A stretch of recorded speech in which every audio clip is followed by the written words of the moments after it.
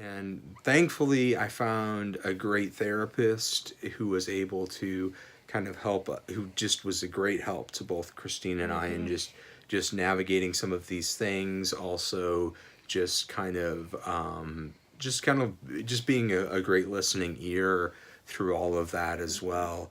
And then I also got into an IOP program, which is an intensive outpatient program, and you'll hear this on both the mental health side. You'll hear it on the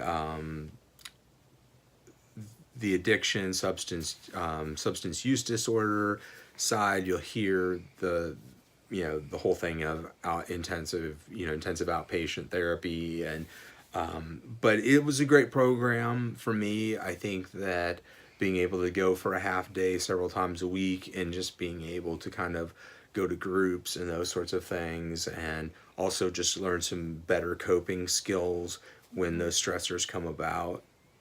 That was one thing too that I think that we learned is if you get hospitalized, advocate to get yourself into an IOP program directly out of the hospital. Mm-hmm. Don't just try to go back to regular therapy or to and like right back into work. Advocate for what you need in Mm-hmm. terms of easing back in, Mm-hmm. and as part of that, get into an IOP program if at all possible. IOP means intensive outpatient program. Get into Mm-hmm. one after a hospitalization. It will help you avoid the revolving door of going back in. Mm-hmm. And I Um, think a big thing to remember with all of that too is that when it comes to healthcare, and when it comes to also mental health care as well, that you're a consumer, and you have the right to question, you have the right to ask about the type of care that you're getting. mm-hmm, And if you feel like it's kind of that whole thing of, if you get that gut feeling that something isn't quite right there, then you should question that, and you mm-hmm. should, you know, um, you should kind of check those things out too, just to make sure that Yeah. everything is above board. Because Yeah, put in a client's rights complaint. mm-hmm, Work things up the managerial chain. Um, don't just take the answers that they give you because, mm-hmm, again, whatever it takes. mm-hmm, Um, I love and respect professionals, in the mental health field. mm-hmm, I've worked in the field for a lot of years on the administrative side. But the truth of the matter is that um, there's times where that needs to happen. There's mm-hmm. times where you have to advocate for yourself. And yeah, don't be one of these people that goes off just cursing everybody out. In fact, I think you're Yeah, more likely not to be heard if right. that happens, because, yeah, Mm-hmm, yeah. Um, but but definitely, do a call to clients' rights. Do ask to talk to a manager, and yeah, advocate for yourself. mm-hmm, And if you're the family member, because I've certainly been in that situation of mm-hmm, being the family member and your loved one is just really not in a position to be doing that advocacy for themselves, hey, go to it and be a reasonable human being. Be kind, but be firm, mm-hmm, and advocate for your loved one. Um, yeah. mm-hmm, Once we got through March and we were past the point where he was going back into the hospital so much, um, I also started going to therapy to try and address my own anxiety issues and the trauma from some of the things that had gone on, um, just to try and improve the syncope condition. I was improving, but very, very slowly, and was still having, multiple times in a week having symptoms. Uh, but I figured, go to therapy, see if that can, because that was kind of where things had left off in December with my own care, uh, with the neurocardiogenic syncope. Was really, it's about trying to get the anxiety under control and work through some of the trauma so that I wouldn't have the stress reactions as much and maybe be able to get back to work. So that's what was going on April through June. Um, in the spring of this year of 2017, I did consult a lawyer about applying for disability.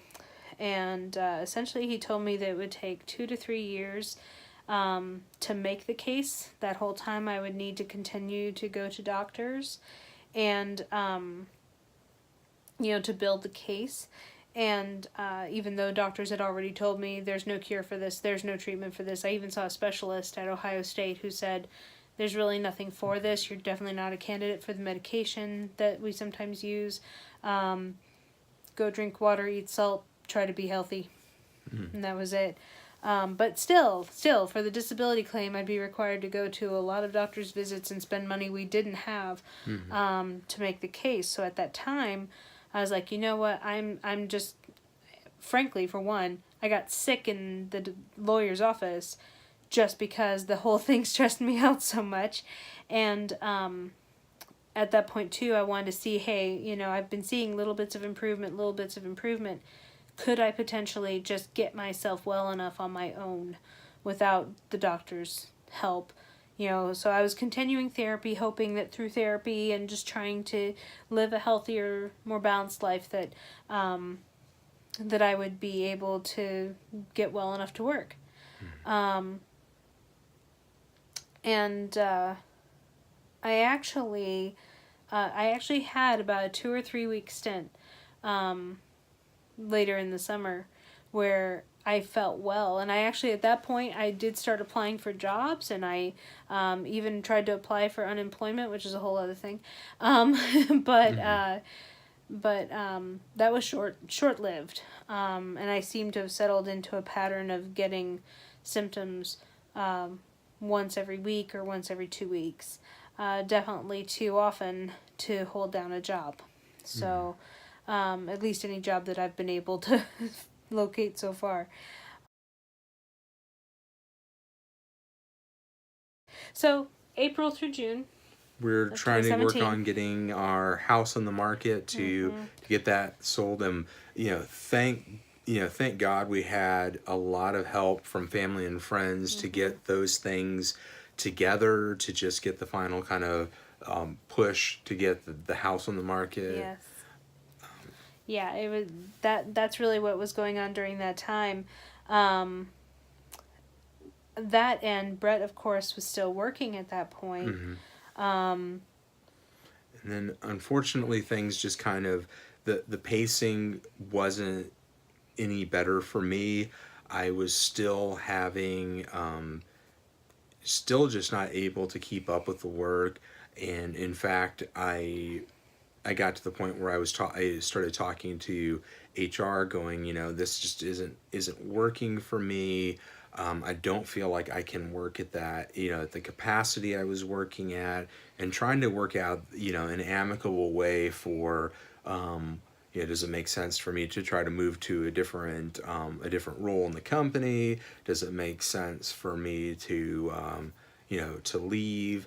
And eventually it got to the point where I decided it would just, because I still kept declining and was, I had good days and bad days, and it was becoming more bad days than good days with the anxiety and with the depression, and really starting to get into a red zone again, that I just felt it was best that I leave my job. And yeah, it was really hard to watch because he was working from home, and of course I wasn't able to work, so I was watching, what was going on, and it was constant. Like if the red line is here, it was constant pinging up onto that red line every day he worked, and I was so scared because the third time we went to the ER, I seriously thought I was on the verge of losing him. And I could not bear to have him go near that point again. Anyway, in June of 2017, that's when things really came to a head for you. Yeah, and we kind of talked a little bit about that, like me going to HR and things like that, and kind of agreed with. Kind of came to the agreement that it would make sense for me to leave that job, and felt like I had pretty much processed everything out pretty well with HR. Thought everything was going to go well as far as trying to get unemployment benefits until I could kind of find something else. There were that felt like everything was handled about as well as it could be handled at that point.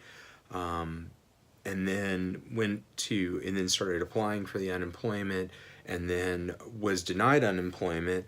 And this was a no fault of the previous employer. This was just the state, because they saw it as I had just left my job, and they really weren't taking anything, and there really wasn't a good way to take all of that into consideration with the ongoing health things. And essentially what it boiled down to, after going through appeals as well, was that, okay, we acknowledge that you had a health problem that caused you to leave your job, yet you weren't medically advised to leave your job, so we can't, we won't give you the unemployment benefits. And after fighting that, a couple of times, that's pretty much where it ended up. Right. And when he had left his job, we really thought we had been very responsible adults. We were looking at selling our home. We weren't going to try and fight to keep a house that we knew we couldn't afford on one income.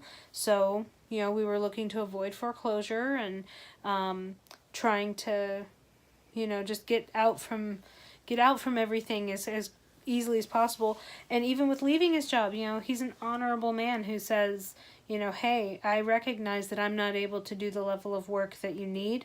So I want to walk away, and, and trying to do that in the most honest and forthright way possible. And, thinking that unemployment was a given since the employer was supportive, and nope. So that left us then with no income.